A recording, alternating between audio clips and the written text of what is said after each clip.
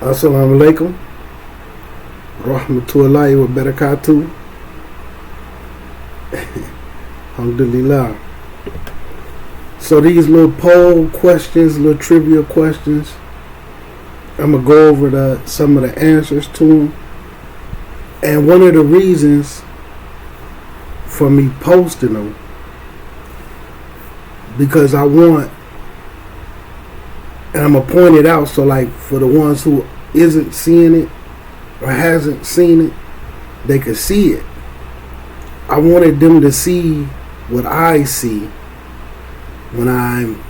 because I deal with a lot of different Muslims, different cities. As you can see, everybody don't have the same answer. And if I put up a little poll or a question and put two answers, there'll be some differences. If I put up 3 answers to choose from, 4 answers to choose from, even if I put up 5 answers to choose from, there's somebody that's going to choose one from each category. But in some of these things, it's not like it's things that you can have a difference of opinion in. So like if you notice, we don't all have the same answers. We don't all have the same understanding of Islam. Now, a couple of people who I've had a chance to talk to that answered, that selected something on each one, I'm able to sit with them and say, why did you choose the answer that you chose? Where did it come from? The understanding you have, where did it come from? And this way people can understand when I be saying Muslims starting to make up their own religion. Not as a whole, but it's a lot of people, they starting to make up their own religion. The way that they do things, not intentionally, right? But some just haven't come out of that Christian mindset where you could pray however you want. You could do anything in a religion any way that you want. However you understand it is how you do things. And we come to Islam and be the same way. And then some of the other things, like I've been saying, some people have masjids that's deficient, and they only have something where you go there for Jumar, so these things aren't covered. Deficient as in there's no classes, there's no teaching of the basics. Then it might be a masjid where they're teaching some things, but it's us against them sort of thing, and some people just not with that type of environment. The masjid, due to the understanding that you have, it may be labeled a masjid of bid'ah, and you may claim a particular group of Muslim, but you don't live in a city where these group of Muslims are dominant. So in your city, there's no group of that, maybe a couple of you. So this masjid may actually teach these basics, but it's been labeled a masjid of bid'ah solely for the purposes of it don't put particular labels on the name of its masjid, such as Ashari, such as Salafi, such as this and such as that. So people just don't go to it thinking that they can't. So they're just making up certain issues in the deen, just going with whatever they feel is right. And generally they're not around anybody to question them on it, or they have discussions about it in order to get corrected, so they just continue that way. And then if they start to come across people that look up to Islam because of them and their example, they're going to teach them those same things. So just to come over some of the little questions, some of it's basic, and then I didn't do a lot of Quran questions, but I did do one. It may not seem like a Quran question because it's after Ramadan. So anybody who had been reading their Quran during Ramadan, this should have been fresh in their head. I'm not going to say people wasn't reading it, but alhamdulillah. And then as we go through, I'm going to show the other reason why I speak on it real quick. I want people to be able to look at Islam from the Quran and Sunnah aspect, then madhab. Okay? Quran, Sunnah aspect, then madhab. Then what you was told by we don't do no madhabs, or what you was told by this person in jail, or your husband who learned Islam in jail, ex-husband, and so forth. When you look at Quran and Sunnah first, then you look at the things that you've been told, you're going to be like, okay, alright. Or this perhaps somebody who was a teacher that you met online and never told you whether they was teaching you from a madhab, whether they was teaching from War of Deen, whether they was teaching you from Noble Drew Ali. You just didn't know. You don't know what they was teaching you or where it came from, but you didn't know anything and they was teaching and you just took it. And now when you throw it up against Quran and Sunnah, you're going to be like, okay. And this is why a lot of us have different understandings.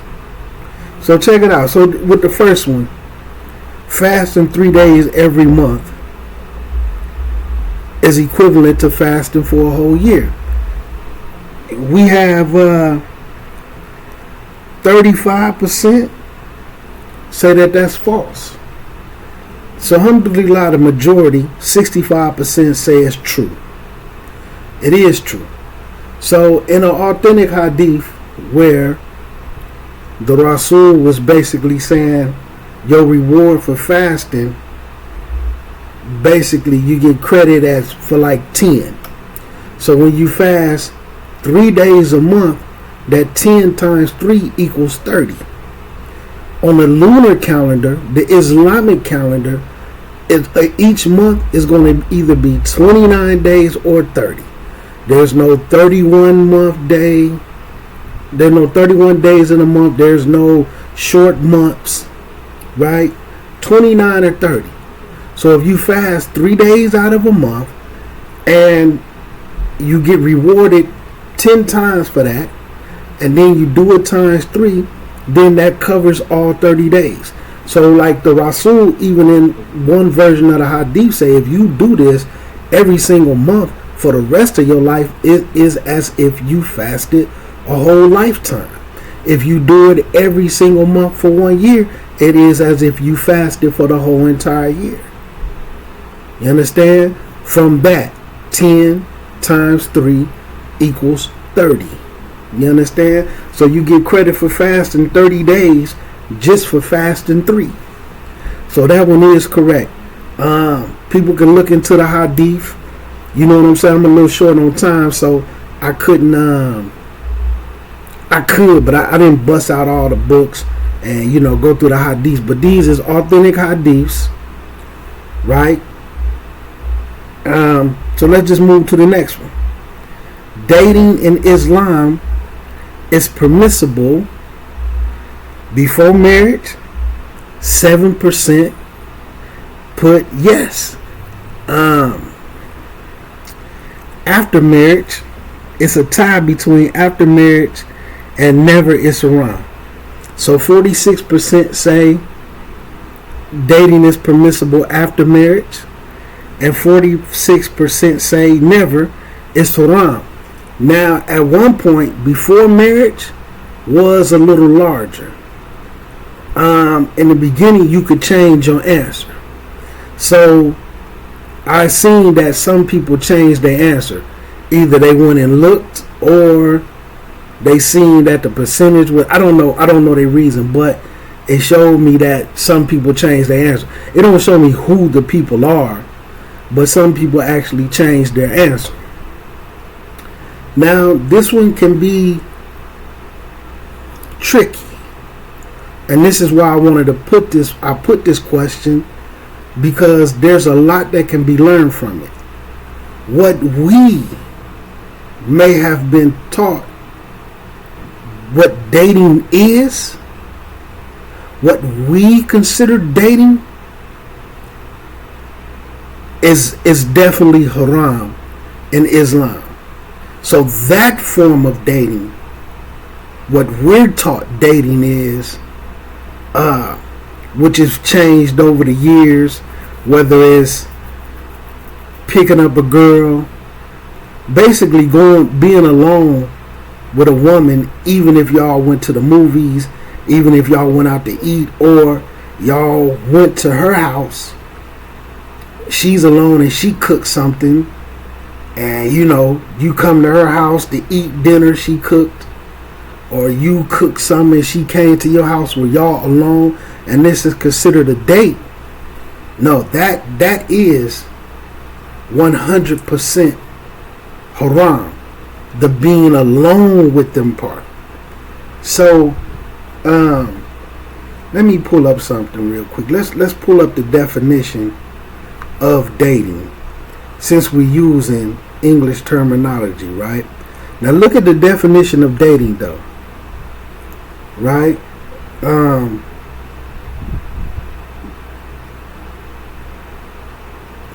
So dating is a stage of a romantic relationship where individuals spend time together, often with the goal of evaluating each other suitable as a partner. So sometimes this might happen over the phone, with the way that the internet is, and the way social media, and people going back and forth in DMs and messengers, and then each other phone numbers. They might choose a time, because they might be in two different time zones, so they pick a matching time, and then they might get on the phone, and they're spending time through the phone trying to get to know each other. And sometimes this can get sticky, because they might start trying to attract each other sexually. You understand? So now their sexual desires for one another may grow stronger than the desire to build a relationship and a partnership in a marriage. You understand? So now eventually they're at the point, we're going to do anything we can to make this marriage happen, because we lusting after each other. And then they turn around and have sex with one another, and then after they get their sexual tension off, then they start to look at each other, whether they like each other or not. And I know instances where factual, right immediately after sex, where a person said this ain't gonna work. You know what I'm saying? Because they did all this talking and built up this sexual tension.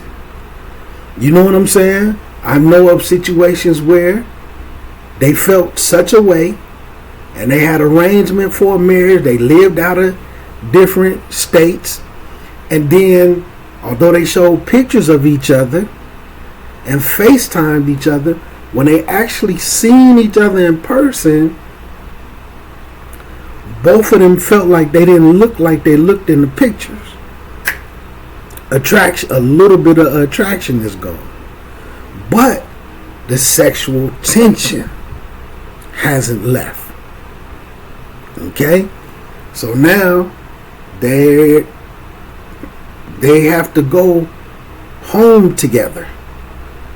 You know what I'm saying? One got picked up at the airport or at the bus station, train station. Okay, come with me. It's an awkward silence because now they don't look like they expected each other to look. Both feeling the same way, but the sexual tension hasn't left that they allowed to build up. And boom, they go to the same place. They have sex with each other. Sexual tension is gone. And then they have sex again, maybe within the next day or two. And it's like, okay, it wasn't, this sex ain't what I thought it was. It was just sexual tension that was built up. So the first time it was okay. Now it's not that. Now they done finally found somebody in the same city to marry them. So they did all this before the marriage. But technically what they was doing was a form of dating. But because there was no in-between person, things went a little bit too far. Sharing the pictures of private parts and pictures in lingeries and half nakeds and all this and that on both sides, and both been single a little while. So this is how it went. So now when they finally find somebody to actually marry them, now they both sitting there like, I don't really think I want to do this. You don't look like I thought you did, right? Sex was cool the first time because we both been having these urges for a couple of months. Then the next time after that, it really wasn't that because our urges wasn't there. And this is me having conversations with this couple and trying to advise beforehand. Basically, long story short, after the marriage happened and the situation that they was living in, the sister wanted out. So all of this is coming out, not putting it out there, but they didn't respect the process. And they didn't feel like what they was doing was a form of dating. And that's what they did led to the haram. You see what I'm saying? So the dating, so that form of dating is haram in Islam, and that's why some of the forms of doing this in a permissible manner, some people don't recommend it, or they advise against it, or they'll say you can't do it, but it may be based off of the individuals, because I can't monitor y'all all the time, and y'all too might fall into some haram. So what's some of the forms of permissible? We're going to use the term dating before marriage. One is her wali or her wakil. Sometimes they have what's called a chaperone date. Him and his wife will get with you and her, and then y'all all go to the movies together, but not where y'all around each other like that, where y'all can touch and this and that, but y'all can have little conversations. Y'all may all go out to eat together. You understand? They might have a family barbecue or something like that, and the brother come to the family barbecue where her family is, and he get to intermingle with her family, the men in the family, and can sit at a table where people is around and they can see them, or they may go off in a little cut and sit here, but people can see them. And then they may have a little conversation and really get to know each other, see each other good in person, see if what they like. You understand? And some people structure this setting as a sit-down process as well. They get to see each other, they get to talk, they really see each other in person, not just pictures, not a little FaceTime or Facebook pages or Instagram pages where they have pictures. They seeing each other. Cool. I like what I see. I can work with this. We had a couple conversations. All right, cool. Y'all come over here. We finna go in the living room with the Wali and the Wakil, and we're going to do a little sit-down process. But some people can consider that a form of a permissible dating because it's chaperoned. It's chaperoned. It's not y'all going along, and it's. But unfortunately, some of the Muslims, man, is of some serious ages. You got Muslims now in their 40s and their 50s. I even know some Muslims in their 60s, and they're trying to get married. Then you have some young Muslims, 20s, teenagers, and people this form. Some people may restrict the younger ones from moving like that because they're going to view their sexual desires a little bit less controlled. And if we give y'all the opportunity to sit in a house where we there and y'all around each other, y'all just going to sneak and get on the phone and start meeting with each other. And then y'all might go into a sexual thing, and then marriage and being in a committed marriage, working together as a couple, might go out the window. Because we just want to get together and have sex. We not trying to have a structured home, where the man role is this and the woman role is this. Instead of all this media caught up, we don't do gender roles. That was 1950. All this new stupid propaganda that's just totally ruining relationships where people don't even know how to be together with one another unless it's just coming together, have sex, and then be like, okay, it was cool enough, we can have sex again. Or this is just a one thing and we not going to have sex again. Or the sex was cool, but our attitudes, the way we live life is a clash. So anyway, that's one form of dating, chaperone dating. This isn't for me. This isn't my opinion. This isn't just me saying this. Another form. So for some of the people who chose that it's permissible before marriage, I'm going to give some of them the benefit of the doubt that they're referring to that. Now, the dating after you marry. People who've been married before, and if the marriage got to a certain point where it was dying out, they always advise you should always date your spouse. Set up a date night. Even though y'all married, set up a date night once a week. A couple of nights out of the week, set some time aside for yourself to have date night. Okay? Now, this is my own personal experience, right? Even the first one, I had that experience where,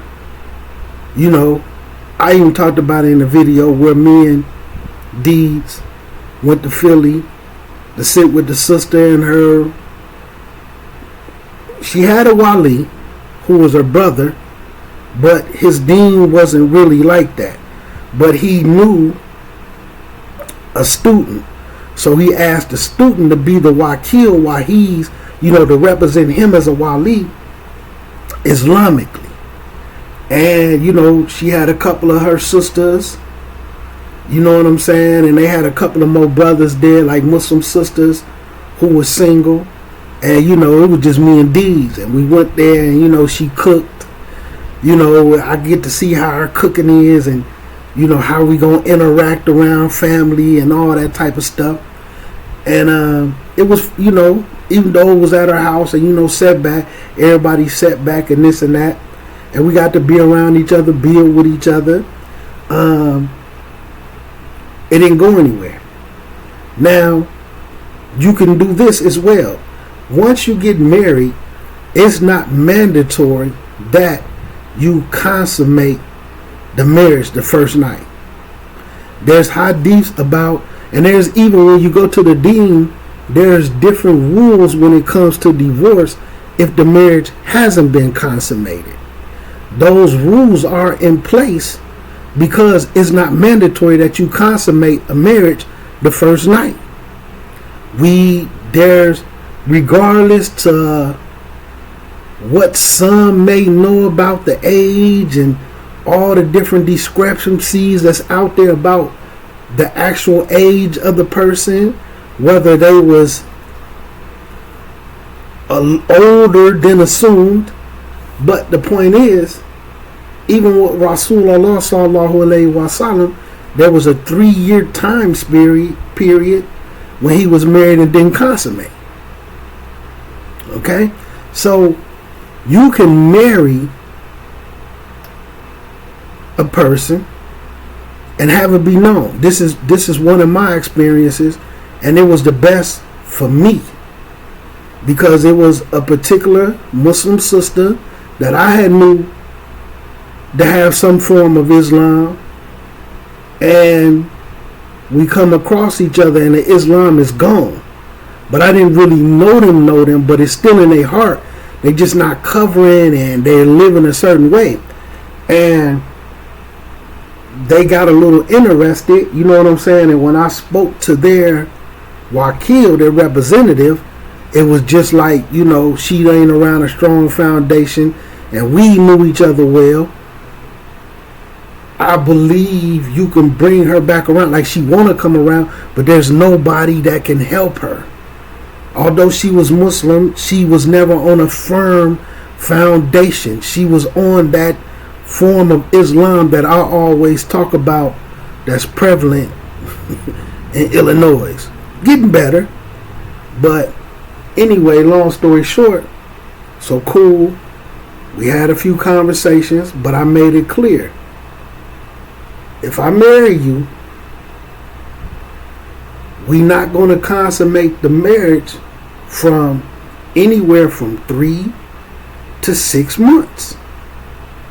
You know what I'm saying? But you're going to be my wife. I'm going to be your husband. We're going to have the treatment. We could be around each other.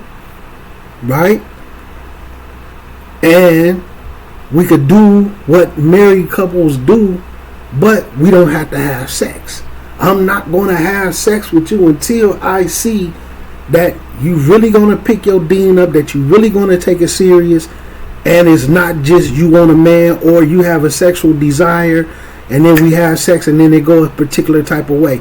So after I married them, we dated as a married couple. Some people won't call it dating because y'all married. You understand? We really got a chance to get to know each other. Took them around out in the community. A lot of people in the community got to meet her. They already knew me, interacted with the community, but they didn't know that we had a non-sexual relationship. Like wallahi, like nobody knew the circumstances and the condition of what we discussed before I married her. And that gives you a time to really sit down and get to know a person and see if you really want to be with them. And it was vice versa. So if we get to a point, and as we going in to make it to this 3 to 6 months, if you start feeling something different about me, we could just go our sexual ways, and we don't have to have, like I said, there's a different set of rules of separation when the marriage hasn't been consummated. You know what I'm saying? And then we don't have, as they refer to it with the kuffar, another body added to our list. You know what I'm saying? I don't got another body, you ain't got another body. So, we dated. So after marriage, and to me, that was kind of the best process, because we got to be around each other. We're married. We got to really be around each other. and we didn't have to have like certain type of conversations because the wakil sitting right here, or we on the phone with the wakil, and the sister want to be a little bit more private because their wali or their wakil don't know certain things about them because they're a woman. You see what I'm saying? And you know, this might be her actual brother. So it's certain things she can't discuss, or certain things she's done that she may want you to know about her, but she can't talk about that because her wali is her brother. You see what I'm saying? So sometimes, or you know, it may be her father. So that's just a form of, yes, after you marry her or him, sisters marry a spouse, y'all can date. You don't necessarily have to consummate the marriage. And being that you married, y'all ain't got to be around each other all super covered up. You understand? Y'all can carry each other as a husband and wife. Y'all done gave the gift, that the mar, everything has been established, everything is permissible, but y'all have made an agreement with one another. We not going to have sex until a particular point, or until we comfortable with each other enough where we feeling each other, because we haven't been having these secret lustful conversations, and sexual tension is already built up between us.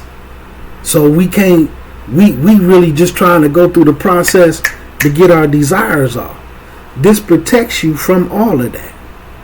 You see what I'm saying? So y'all really get a chance to know each other and decide, do we want to continue with this? Is we compatible? Because y'all might not be compatible, and then y'all jump right up in there and have sex, right? And y'all enjoy the sex so much, y'all gonna think y'all gonna sex each other out of all the issues y'all see in one another. Okay, you know, like some sisters, he may be a little this, he may be a little that. She think if she put it on him and this and that and get him all sprung and caught up on her, then she can fix all this stuff that she see wrong through sex. He may feel like he can do the exact same thing, but they might just have good sex in a horrible relationship. But they knew it was going to be a horrible relationship, or vice versa, because they just met. They really just getting together, and because they had to consummate the first night, but they not really that comfortable with one another like that, and they had sex anyway, and it was more of an awkward sexual encounter, and they may feel like the sex is going to be that way all the time. So they might want to back up out of it because the first time wasn't the best time, because they didn't really know each other. They hadn't learned each other's bodies. You know what I'm saying? I heard a person say, on some levels I agree with it, but at the same time, I'm going to say it's not in every case. But I heard a person say, when two people get together, they first time having sex with each other, it's still them having sex with the last person that they was in a relationship with. Because he's having sex with her the same way he would have had sex with the last person. And she's having sex with him the same way she was used to having sex with the last person. Then they might learn different things and adjust with the way their chemistry is, and then their sex becomes their sex, not just me having sex with her like I had sex with the last person, or her having sex with him like she had sex with the last person she was in a relationship with. I won't say that's every case, you know what I'm saying, but I can understand that due to talking to people who felt that way. You know what I'm saying? Like, I had to come up out of my shell Because I was just so used to, I was with this person 10 years, so I was just so used to having sex this way that's really, I had to come up out. It took me a little minute to come up out of that for our sex to get a certain way. And, vice versa with the brother. But the point is, there's a form of permissible, since we're using the word dating, that can be done, chaperoned, supervised before marriage. Some people won't recommend it, especially if you're younger, because y'all might get sneaky. Then they might also not recommend it because people older and they don't want no people sitting up around them. You understand? They in their 40s, they in their 50s and 60s, and they don't want people sitting around, because some people don't even like dealing with people. You could be a good spouse, a good husband or wife, but you might not want to sit up around a family gathering. You know what I'm saying? You 40, you 50, you 60, and gatherings just not your thing anymore. So it just may be awkward. So that's why if you marry already and then we're not gonna consummate right away. We're gonna go through this dating phase. We're gonna have the late night conversations, on the phone. We could talk about whatever we want. We're married. We can sit on the phone. We could try to attract each other physically. We're married. We just haven't consummated right away. And if it get too awkward and, we not really feeling it, we can make a mutual agreement to part ways. And this ain't no, you just trying to get taken care of and see what you can get out of a brother. And you willing to, do what you got to do to keep him around. You know what I'm saying? And this is not him willing to do whatever you feel like you need to be done to keep you around so he can do what he got to do, pay a phone bill or whatever, this little stuff. So that's just a long answer on permissible forms of what we consider dating. But for the ones who say never is haram, what we consider to be dating, that is 100% correct. So all of those answers can be correct, right? And we have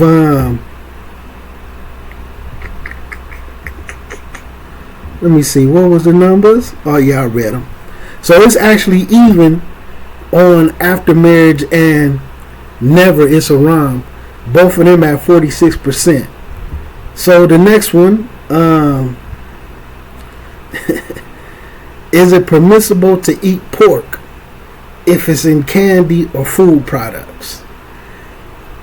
I was scared a little bit because at one point the people that were saying yes you can eat pork was almost higher than the people saying that you couldn't. But now it's at 96% of the people saying no and 4% of the people is saying yes. But at one point it was actually 60-40, but it was growing. And it's funny to me because even if pork is in food, you're still eating it. Now, this is me, and I'm going to be real. Me personally, I've never heard not one scholar say that you can eat pork if it's in food. Not one. Now, I do remember they was referring to it as a manifesto that Musa Richardson came up with, which was his own observation. He wasn't using anything that said that scholars say you can eat pork, but he had wrote this whole thing. And when I tell you That thing came out on like a Thursday, a Wednesday or a Thursday. Matter of fact, I think it came out when I got a hold of it. When they sent it to me, it was a Thursday, and it had been out maybe a day. When I tell you that Friday, Muslims was eating all kind of pork products. One of my mans, like a lot of people don't know it now, but like one of my guys, my guy, he was he carried a little weight at Germantown Masjid. He was my guy. So like I remember back then, while we was there, and Hassan Somali was doing a class in there. I had never seen them because at a particular point in time, they wouldn't do no videos or nothing. They actually used to make fun of people who gave cook bars, and you seen them, or did classes and say they was chasing fame. But now all of them do it. And at that same time, they was referring to anybody who had Ustad or Sheikh on their name. They would be like, only an imbecile would do that. And anybody who says they is a scholar is an idiot, and these different rulings what scholars say. But now all of them do it. This was at that time, so I had never seen him before. So when we went in there to the class and I seen them, I was kind of shocked because I was expecting him to look Somalian. You know what I'm saying? He actually kind of looked like Tahir to me. About the same color, and when it's a little colder outside, he's a little lighter. So it just depends on when you see him. And I was like, then it made sense to me when the Somalians had ran him up out of Atlanta when they all went there and said he wasn't allowed there because they was expecting him to look Somalian too. When they had that incident in Atlanta all them years ago, so they took that masjid off Salafia because them real Somalians wouldn't let Hassan Somali. Anyway, that's neither here nor there. So about when I seen him, I was like, wow, I wasn't expecting that. But anyway, me and him kind of fell out because once Musa Richardson dropped that thing, not only did the brother start eating mad pork candies, he started selling it. He went and bought a whole thing of these gummies that people was crazy about, these gummy worms and gummy bears, and I guess they gave them up because they had pork in them. And when I say he bought a whole bunch of them, and I was like, man, you really finna start eating pork, man, based off of this? What Musa Richardson said, like, this don't prove that you can eat no pork. You know what I'm saying? This is his opinion, but there's no proof that you can eat pork in this. And I'm showing him different hadiths and this and that. Nah, man, Musa Richardson, man, because he's Salafi, he's a student. I don't care. This don't prove you can eat pork. And wallahi, and this was Friday because it was Jumu'ah. So that Saturday, at this particular time, every weekend, Saturday and Sunday, Hassan Samadi was doing a class on Imam Barbahari book. And when the class started, Hassan Somali had me cracking up. This is the Saturday, because he said, yeah, I see a lot of y'all starting to eat that candy and all those different chips and stuff that got pork in them, like y'all couldn't wait to eat that pork. And wallahi, he said, I read the thing that the paperwork that the brother did, wallahi, he said, but the most he did was raise it to a matter that's doubtful. He didn't prove you can eat pork. He just raised it to a matter that's doubtful. So being that it's still a doubtful matter, y'all still need to stay away from it. But they didn't. They didn't. And it was just difficult for me to look at the brother the same way because he eating pork and stuff now. And to this day in 2025, I seen what this paperwork he did, what it grew to where I seen some Muslim. It was a Muslim, and they was sick, right? And they was describing to me how what was going on with them. And I was like, man, I ain't trying to be offensive, but man, that sounds like you been eating some pork. Like, did you eat at somebody's house or what you been eating? They was eating the red beans and rice from Popeyes and the mashed potatoes with that Cajun gravy. I was like, man, that stuff got pork in it. Like, it actually got little pieces of sausage in it. And a rice, even if you get the rice without the beans, the rice automatically have ground sausage in it. But their mind said, well, if it's in the pork product and if in the food that way, yeah, but this is actual meat. And guess what? They went and looked it up and called Popeyes and seen that it was pork in it, but they already knew it. But based off of misunderstanding, they thinking it's just pork grease in it. Like bacon fat, grease. Oh, I don't see no pieces of bacon fat in it. You don't notice that little meat in there that's blended in with the... So anyway, they look it up and this and that and seen that that's what it was. 2 weeks later, they sick again. I said, man, you been eating that pork again? They back at Popeyes. And this is in 2025. Based off of that raggedy ruling that the brother ate. And, I mean, that he came up with. So, me personally, I've heard people say that there's certain scholars that say... Now, like the same thing he tried to have in that piece of paper. Like I said, I heard people say that there's scholars that saying it might be in some ketchup and this and that, but they was basically saying that the scholars were saying, yes, pork is hidden in food, some food products, and if you eat it and you unaware of it, you're unaware of it. So there's no sin up on you. Not it's permissible. That's entirely different. Right? Now, there's a hadith. It's in Sahih Muslim, it's in Sahih Bukhari, Dawood, and Tirmidhi. But anyway, the hadith, when you read it in Bukhari and Muslim, it refers to a time when they used to use pork fat, the grease, and they used to use it to the grease their saddles, their leather saddles. You know what I'm saying? To keep it from cracking up and all that type of stuff. When they was making little boats, and they would take it and put it on the outside of the boats, you know, as like a wood treatment. And they would also put it in,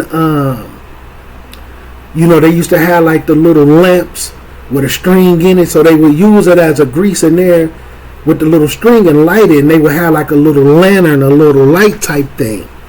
So when the Rasul was going into the things that is permissible to spend your money on and to sell and to indulge in this, when he was talking about the pork and this and that, so one of them asked, well, what about, you know, melting down the fat of pork and selling it as a grease and using it on our saddles and this and that? The Rasul said the Jews was cursed because the Jews was the ones who started that. Where they, you know, we want to make $1 off every single bit of this animal, the bones, everything. So they started melting down the dead skin after they, and all the parts, after they get through slaughtering it and get through what they were going to sell, they started melting down the pork and the skin, all that fat and the grease, and then they started selling the grease. So he was like, the Jews was cursed because they did this. They started that process. And that's why you can see where they started using it in candy. There's no need to put pork in candy and bread. You know what I'm saying? Now, I understood the way they was making it, where it used to be lard and all that. You fry your chicken and stuff in it, right? But putting it in bread and candy and all that type of stuff because they're trying to make money off of it. So what I seen from the scholars, matter of fact, you go look at the ruling. So to finish the hadith, the Jews was cursed from it, and the Rasul said it was haram. So the companions, they didn't use none of that pork grease to do their saddles anymore. And this not even eating it. This is putting it on stuff. Using it as a lantern and paying for it. So even if you look at that hadith and look at that ruling, for the people who say, okay, well, we can eat the candy with pork in it, but why is it haram? Because you buying it. Because it's not permissible for you to pay for the pig meat that's been melted down to where they're using the fat of it to put it in bread and candy and stuff. Because like I said, they were just like putting it on the leather saddles, kind of like a form of an armor wall. You understand? And they boats and like as a wood treatment, they couldn't even do that stuff with it no more. They couldn't buy it and they couldn't melt it down and sell it. So why can you buy it? If you look at it from that perspective.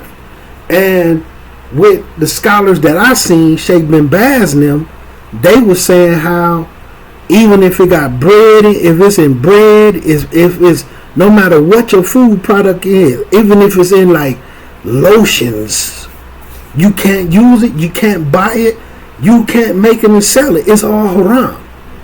So I never seen, like I said, I seen Muslims make pork permissible after what Musa Richardson did.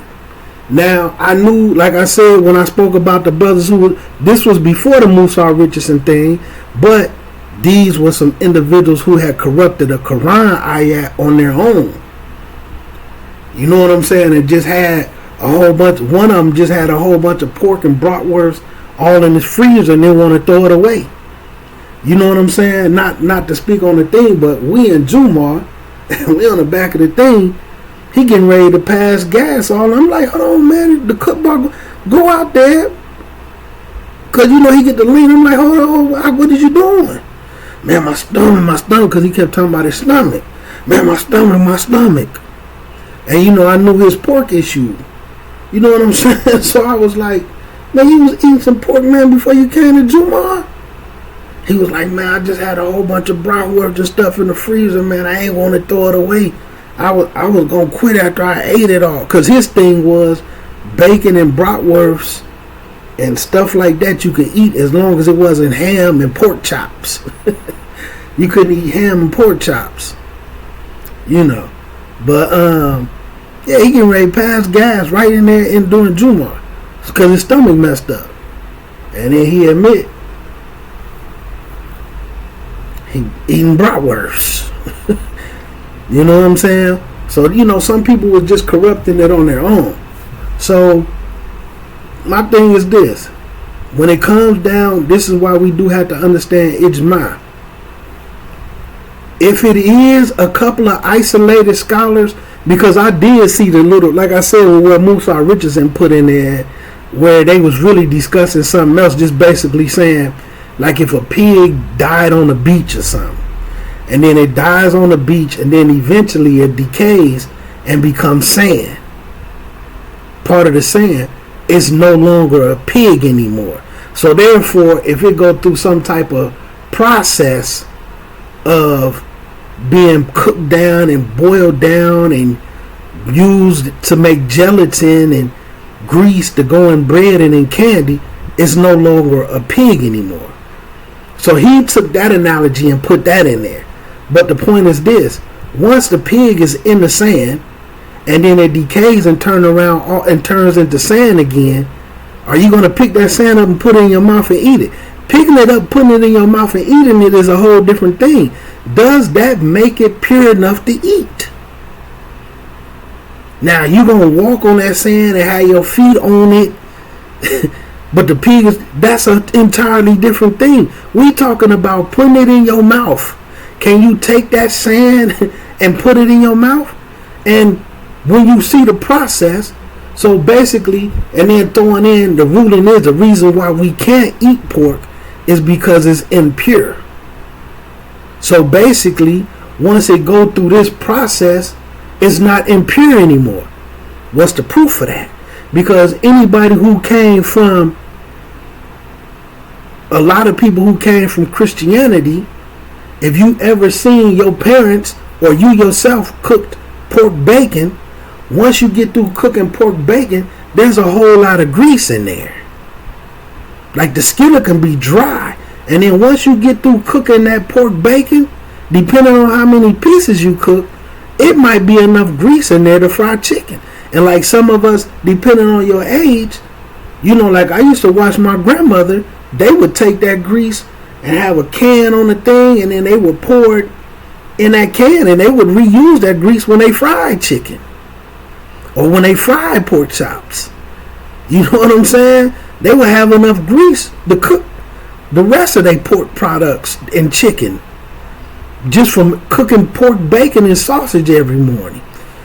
And you know, they have a little strainer and all that stuff. But my point is, does that mean that that grease, what's left from it, do that mean that it's pure now? Because when you watch the videos where they put the pork in the candy, they show the process where they actually take the whole pig and cut big chunks. They just cut all the fat and then some of the bones, and they put it in this real huge vat and close it.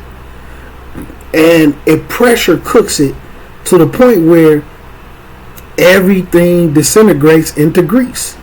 And then they pull the top up off of it, and then they pour this grease through this thing.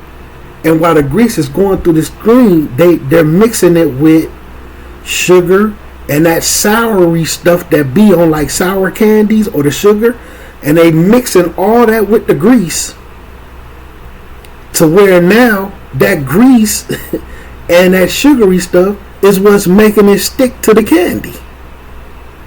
When you watch the whole process and realize, yo, I'm eating a whole bunch of pork grease. Who says that made that grease pure? This is your opinion. So when it comes to the opinion of the scholars, if you got 1,000 scholars saying no, it's 100% haram, and then one scholar say, well, I feel like it's because of this, I feel like it is because of this and that. No, that's not a difference of opinion. You just have a different opinion than everybody else, but it's not based off of any type of dalil. Where would the Rasul would have ate this? Would the companions would have done this? When there's hadith that's saying they couldn't even use that same grease to put it on the saddle. They couldn't use the same grease to put it on boats, to use it to make a lantern to have light. If they couldn't use it for that, you think they're going to mix it in food and eat it? Or take some of that pork grease, the way that they came up with stuff like ghee. Well, we finna melt this pig meat down, and then we finna fry our lamb chops in this grease. You think the companions knew would have done that? We finna mix this grease with some we finna mix this pork grease with some of this flour and these different grains that we done milled down, that we making bread and flat breads and all that with. You think the companions and the Rasul them would have did that or agreed with it? If they wouldn't have did that or agreed with it, then why should we? Because one person is sitting up saying, well, this and that, because I feel like it makes it impure, but they never even seen the process. And then another way that you could know there's no way that the scholars agree with this, because pork product foods and restaurants with pork products aren't allowed to bring that stuff into the Muslim countries. That's even like when they had pork in the Doritos. When they used to have pork in the red Doritos in Egypt and other Muslim countries, they couldn't even have that. Even when they had pork in Colgate, which a lot of people don't know, certain Colgates have pork in it.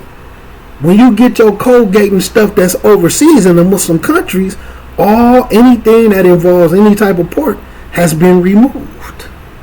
And I advise people to go to, I've been doing it for years. You go to the Frito-Lay website and they have to list all the products that's under their brand. This is Ruffles. This is all type of stuff. This is different sunflower seeds, nacho cheeses, all of this. So because once the Muslim World League and them came in and started investigating all these factories and seeing what had pork in it, they have to list it. So all of their chips and all of their snacks and everything that has pork in it, they have to list it. Then the ones that don't have pork in it, they have to put them on the list, and all of this has been checked. So because they had the red Doritos with pork in them for years. They didn't remove the pork out of the red Doritos till 2013 maybe. 2013. So you can go to the Frito-Lay website and then just type in products without pork. And then it'll pull you up a whole entire list, and it's updated every 2-3 months because they making more and more snacks. And a lot of people just getting different little chips, or then there's chips that they think have pork in them, but due to the Muslim World League, they had to remove that stuff, and they couldn't import some of this stuff to certain African countries because they was Muslim country. They couldn't, they couldn't send this type of stuff to, where they had clientele like your Egypts, your Jordan, your Yemen, your Saudi Arabia. So if the scholars and them under such an agreement that this type of stuff can be ate, why none of the restaurants or none of the products in there, the bread, everything that's made over there, can't none of it have pork in it? Because it's not permissible for them to eat. So, but like I said, man, so some people who just read that thing from Musa Richardson and stuck to that Salafi thing, and like I said, wallahi, I heard Hassan Somali, I heard it with my own ears, nobody telling me. I heard him say, he had a shaking his head moment, basically he was admonishing them. Man, some of y'all even right now in this class eating pork candy in the masjid because of this thing. He said, man, the most Musa Richardson did was raise it to a matter that's doubtful. And being that it's a doubtful matter, you still have to stay away from it. But some people been gone ever since, all the way to the point where they eating Popeyes with actual pork meat and different stuff in it, man.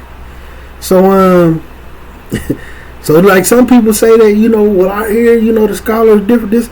I ain't never seen no scholars that different on it. I haven't heard none. Like I said, I heard other people say things, and I'm gonna be honest, and I'm gonna give y'all a little jewel. When people who Arabic isn't like that and be talking about what a scholar said and this and that, I know they heard it from somebody else. Well, which scholar said it? Did you listen to him? Because trust me, a lot of people who always be talking about what a scholar said, and they not really no student, or they may be a student and they just trying to push an agenda. Where did the scholar say this at? Did you hear a lecture? Was it a book? Because if you don't understand Arabic, you can't listen to that scholar no way. You know what I'm saying? And if they wrote their books, especially back then, the scholars ain't writing no books in English. Where's the book at where and this is a legitimate scholar, where's their works that say that? Because everything I ever came across said that they couldn't. You know what I'm saying? I've never seen it. I've never, Sheikh Bin Baz and Fawzan and people who be that's up there, they all say it's haram. And you can see the ruling where they have a Islamic committee, the committee of Muslim scholars and this and that in Saudi Arabia. They all rule unanimously pork in food in any way, shape, or form, in lotion, in toothpaste, grease, whatever, is all haram. It's all haram. So anybody who has any type of opinion, and they may be a scholar, where is your dalil? Because the opinion of a scholar, especially when it's isolated, is not dalil. You need to point to the dalil that make it permissible. So for the ones, alhamdulillah, down to 4% that said, like I said, some people change their answer on that too. And then last but not least, the Ghusl. They was almost losing on that too. 18% say you just got to take a shower or a bath. 17% say that when you make ghusl, you have to use soap. And then 65% says you don't have to use soap. Now keep in mind, the question says have to use soap. So I want to, before we get into this, I want people to understand this. When you make wudu, even let's say you're a guy, you've been shooting basketball, you played a little football, you at work, and you're a woman, you at work, you in a hot job, you may be at the gym working out or whatever, you know what I'm saying? Pilates, whatever you doing. Even doing some yard work or cleaning up your home and you're hot and you get sweaty. Then it's time for salat to come in. You go make wudu. Does that necessarily mean, the water, the areas that you done did watering like this stuff with, do that means that your body is clean? No. Because wudu, tayammun, and ghusl, these are spiritual cleansings. Spiritual cleansings. Okay? So when some people feel like all you have to do is just take a shower or a bath, they're speaking on from the aspect of cleaning the body. So they skip over the steps, just like when it comes to wudu and when it comes to tayammum. Like let's say I want to make wudu. Let's say I just do like this. Take some water, wipe over my head. Let's say I'm going to do this 3 times. Then get some more water, wash my feet and my ankles 3 times. Then come up, start with my hands, get in all this, come all the way down. I come past my elbow. And then I come down, you know what I'm saying, do this 3 times. Then I go to the left. Or I start with the left and then go to the right. Then after that, I wash my face. Then do my mouth and nose. Is that wudu? No, it isn't. Did I do the body parts that's considered that need to be done in wudu? Yes, I did.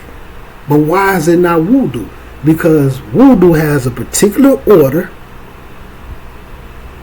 The order came in the Quran, and then it's in the authentic hadiths, and the understanding that the companions and the Salaf had on how to make wudu. So it has to be done the way that Allah commanded it. This is the same way with ghusl. For sexual impurities, because it's a spiritual purification. So when you go to the hadiths, you will see, because there's the Rasul took regular baths just like we do. He took ghusl for sexual impurities, right? Then there's a way to wash the body, and then for like sisters that's on the menses, there's a slight difference because there's more emphasis on actually washing your hair with a shampoo and some different things. People should look into it. Then you have what's called a light ghusl. Alright? So just to get through it real quick, with Rasulullah sallallahu alaihi wasallam, you could do it either way. You could take a regular shower or a bath with soap, clean all your body up. Then when you get done with regular water, with the shower running over you or regular water, you take your left hand and go over your private parts. Then you wash your hands clean from touching your private parts. Then you go through and do the regular steps of wudu with water, no soap. No soap. Or you could do those things first. Start with your private parts, or like I say, anywhere where sexual impurities, what we'll call it, from the man or the woman may get on you. So let's say y'all having sex in a way, and some of what comes from the woman gets all up on your stomach, and all like here, all on your legs and your stomach, and then you just go in there and wipe your private parts like this. No, you gotta wipe the stomach, this and that.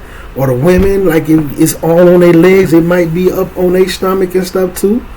They have to wipe all of that and the private parts. Then you wash your hands. Then you do the steps of wudu. Now, after you've done that, you've done the spiritual part, the ghusl. Now you could take your whole complete shower with soap and do your whole body.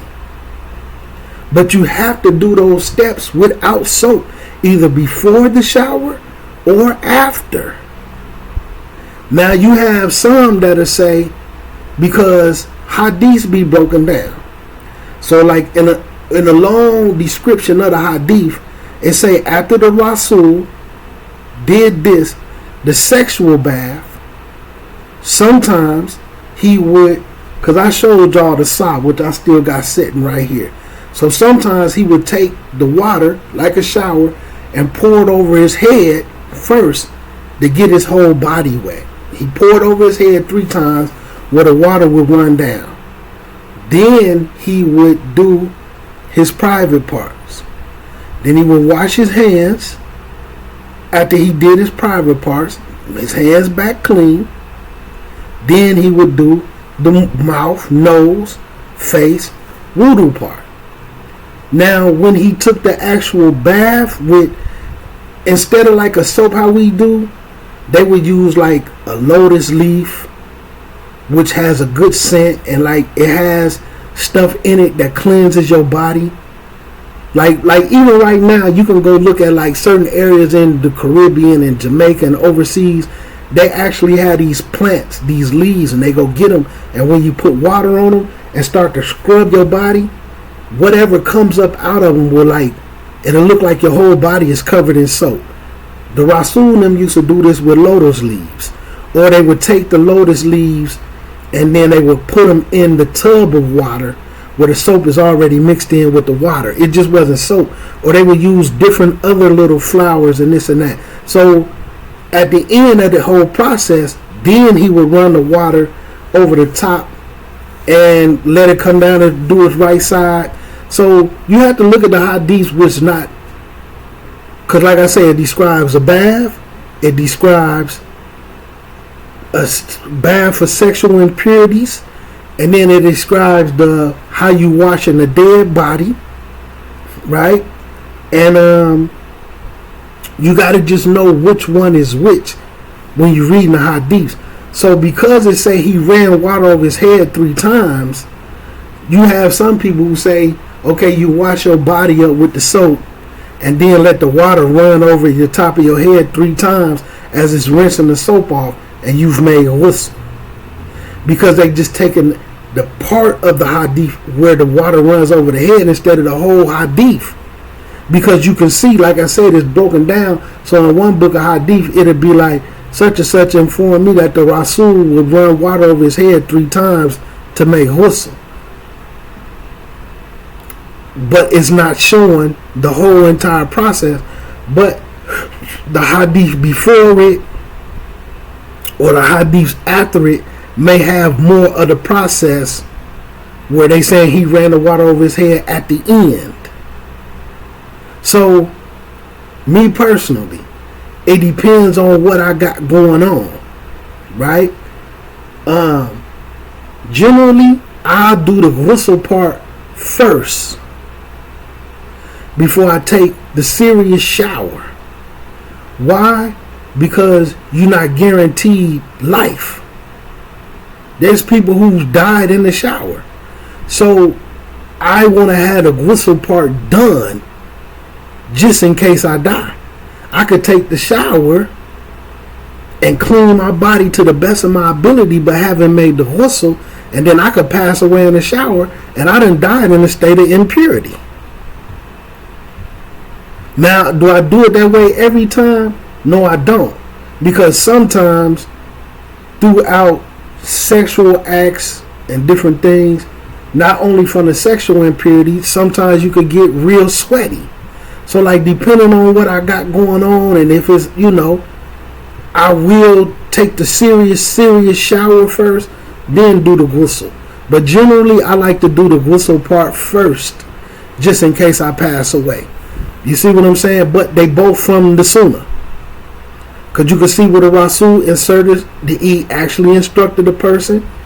But because this person was extremely dirty, and he wanted him to take a shahada, but he was extremely dirty and smelly. So he told him, go take the bath, the complete bath with the lotus leaves. Get yourself cleaned up, smelling good. Then go through the ghusl process with just water. Private part, wash your hands, wudu part. So it isn't just, you can't just take a shower. You can't just take a bath. Yes, you cleaned your body, but you haven't took care of the spiritual obligation. It's a spiritual cleansing. So whatever your order is, when you're using soap, just know you're taking a regular shower. And then afterwards, or before you do the shower, do the ghusl in the proper steps with the proper amount of water. Now the light ghusl, because Umar, may Allah be pleased with him, came to the Rasul and was like, sometimes, at nighttime, and they went to bed, they wasn't up to like 1, 2, and 3 unless they got up and was praying night prayer. They wasn't up watching TV and on Instagram and the type of stuff that we be up doing. So he was like, sometimes people have sex with, with their spouses, male and female. They might fall asleep right there on the spot. You know what I'm saying? Or they don't necessarily have the energy or want to just jump up and go do like a ghusl thing. So the Rasul told him he could do a light ghusl until he wake up in the morning before Fajr. And that's when you just go in there and you take you a little water and you make sure you get all the impurities up off of you. Wash your hands, then make wudu, and then you can go lay back down. You ain't got to paddle water come over your head. You ain't got to do all the right side. Just private part, and then the wudu, mouth, face, and that's a light ghusl. Then you can go ahead and go back to sleep with your wife. But then before you get up to make Fajr, you go in there and do your whole thing. You go in there and get it all the way in. Bathe with your soap, your lotus leaf, and then rinse that soap up off of you, and then redo the private parts with just regular water. You're already clean. You know what I'm saying? Or vice versa. Do the private part with the water, get it all up off, then go through that. And then once you do that, get your lotus leaves, get your soaps or whatever, and shampoos and whatever you need to do, and then do your whole body. So hopefully that'll clear that up. Now this is the last one about divorce. How many witnesses are needed when you divorce and take your spouse back, if you take them back? Some people say you need, 19% say you don't need any witnesses at all.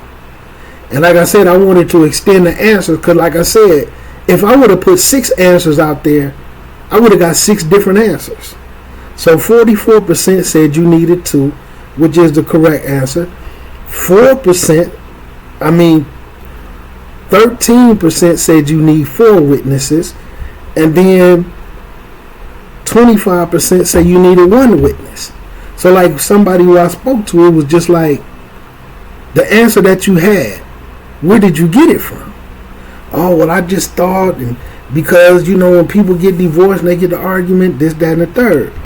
I wanted this question to come from the Quran because people should have been reading it this Ramadan. No knock to nobody if they didn't.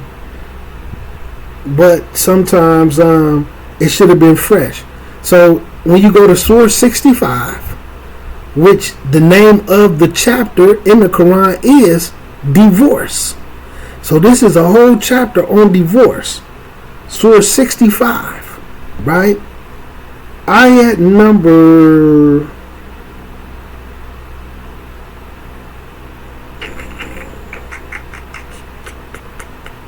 beautiful. It starts off. Ayat number 1.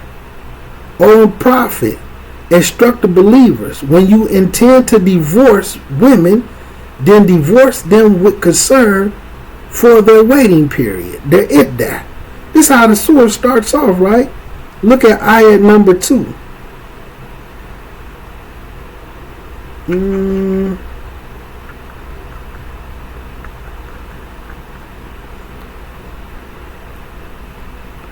So number 2, right? Then when they are about to attain their term appointed, either take them back in a good manner or part with them in a good manner, and take as witnesses 2 just persons from among you, and establish the testimony for Allah. That will be an admonition given to him who believes in Allah and the last day, and whosoever fears Allah and keep his duty to him, he will make a way for him to get out of difficulty. So when you go and look at the tafsirs and more of the explanation in the Arabic, before you divorce this woman, you need 2 witnesses. And if you decide to take her back, you need 2 witnesses. Now, when you also look in the Quran and look at the process before you get to the divorce, which I talk about in the video, what does it say? Get 2 arbitrators from these people's family. Get the families involved to try to rectify the affair. That's where you should start first. Then if y'all can't rectify the affair, divorce right there in front of the people that's there to arbitrate it. This is from the Quran. So then when you start to look into the hadiths and see these processes, you understand? You will see what the Quran says. So your Quran ayats say, get 2 witnesses. Even before it get to the point where you say, I want the divorce, call the 2 witnesses from your family and from her family and try to arbitrate the situation and really have a serious conversation in detail. And then after that, if y'all have to go to divorce right then and there in front of the people, so that they can make sure that that period is just, and or if you want to decide, I'm done.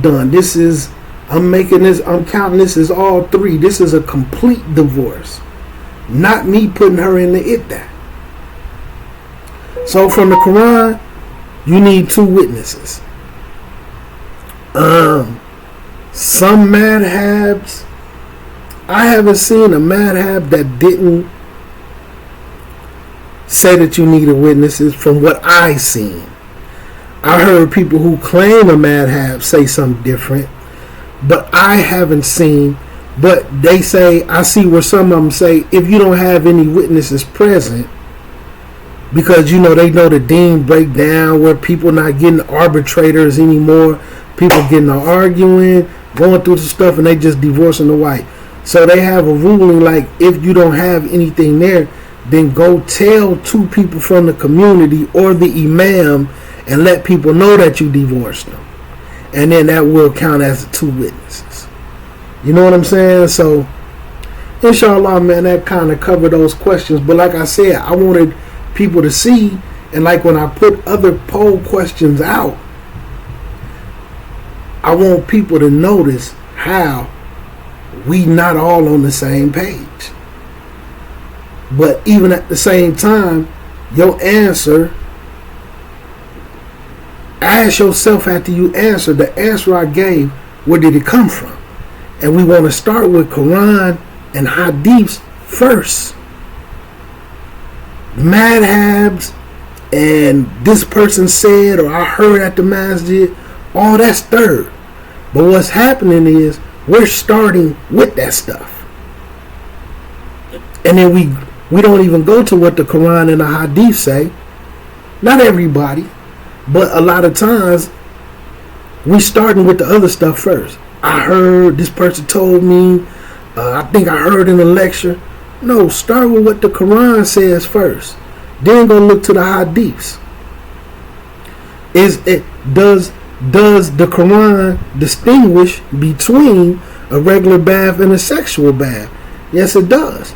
Because also in the Quran, it does say, take a bath for the sexual impurities.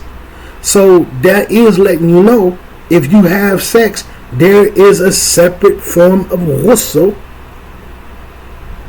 Then you just taking a bath or a shower, however you see a shower or bath going. Because if y'all listen to enough social media or you talk to enough people, everybody don't consider a bath the same thing. Like you even have, you may feel like it's a certain race of people, but like they say, some of them say we don't even wash our legs. But look, some of them be Muslim. We don't wash our legs. You can't use a loofah, a washcloth. You gotta just use soap in your hands, no lotus leaf. I done seen some say where they just take all the soap and everything and just put it in their hair and scrub that super hard in their face, and then all the soap run down their body and they just rinse it off. That's a bath to them. Sex, dirty, whatever. So that's why I say depending on what you call a bath. And you know, I had a Muslim sister say to me, when you take a shower, do you wash your feet and your ankles and stuff? I'm like, come on, sister, man, I'm Muslim. I wash my feet 5 times a day, even outside of a shower. You know what I'm saying? Like, I'm washing my feet all day. Right? Unless I got them covered in something permissible to wipe over. But before I put that on, my feet got washed. You know what I'm saying? Except for when I'm doing something permissible. And they was like, well, you know, the brother who I'm this and that, he said he don't wash his feet because when he take a shower, all the water and soap just run down over his feet, so he don't have to. I'm like, black? Yeah, he black.